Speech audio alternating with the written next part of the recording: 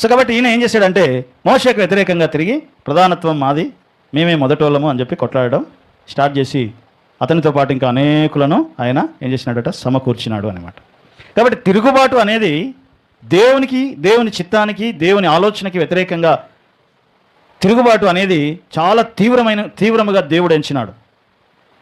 అందుకని అక్కడ కోరాహు, దాతాను, అభిరాములైనా, ఇక్కడ అననీయ సఫీరాలైనా దానిని తిరుగుబాటుని, దాని యొక్క ఏమంటారు తీర్పుని అనుభవించారు అనే మాట మనం అక్కడ చూస్తున్నాం. అది జరిగినప్పుడట సంఘములో గొప్ప భయం వచ్చిందంట అందరికీ.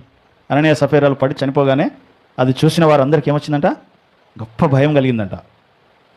సో దేవుని యందు వారికి గొప్ప భయము ఆ సంఘం అంతటిని ఆక్రమించింది అనే మాట మనం చూస్తాం. కాబట్టి అబద్ధములు, మోసములు, మత్సరములు వీటి విషయంలో మనము ఏమై ఉండాలట, జాగ్రత్తగా ఉండాలి అనే మాట మనము చూస్తూ ఉంటున్నాం. మరొక మాట చదవండి, మలాకీ